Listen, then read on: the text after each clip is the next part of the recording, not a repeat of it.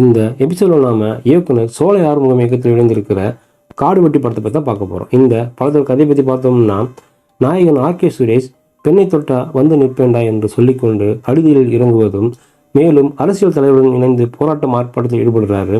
அவ்வப்போது சிறைக்கும் போயிட்டு வர்றாரு. இதனிடையே தெருக்கூத்து கலைஞரான சுப்பிரமணிய சிவாவின் மகள் வேறு ஒரு ஜாதியை சேர்ந்தவரை காதலிக்கிறாங்க. இந்த விஷயம் தெரிந்த பிறகு ஊர் வழக்கப்படி கொலை செய்து விடுமாறும், இல்லை என்றால் அவள் தனக்கு பிறக்கவில்லை என்று சொல்ல வேண்டும் என்றும் பஞ்சாயத்து வற்புறுத்தது. பஞ்சாயத்துக்கு கட்டுப்பட்டு சுப்பிரமணிய சிவா பெற்ற மகளை என்ன செய்தார், ஆர்.கே. சுரேஷ் இந்த விஷயத்தில் என்ன செய்தார், இதாங்க இந்த படத்தோட மீதி கதையே.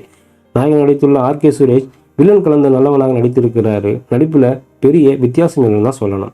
எப்போதும் முளைத்து கொண்டு இறுக முகத்துடன் களம் வந்திருக்கிறாரு.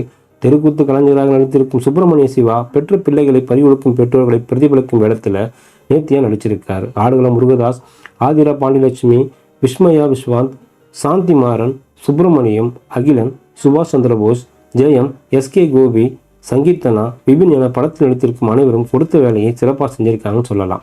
வணக்கம் தமிழா சாதிக்கு இசையில பாடல்கள் கேட்கும் ரகமாக இருக்கு. ஸ்ரீகாந்த் தேவாவின் பின்னணி இசை சிறப்பாக இருக்குன்னு சொல்லலாம். எம் புகழேந்தின் ஒளிப்பதிவு கதைக்கு ஏற்ப பயணித்திருக்குன்னு சொல்லலாம். நாடக காதலை மையக்கருவாக கொண்டு கதை திரைக்கதை எழுதி இயக்கியிருக்கிறாரு இயக்குனர். தமிழகத்தில் நடைபெறும் ஆணவ கொலை சம்பவங்களை வேறு மாதிரி சித்தரித்து காட்சிப்படுத்தி இருக்கிறாரு. திரைக்கதையில் கொஞ்சம் கவனம் செலுத்தி இருக்கலாம்னு தோணுது.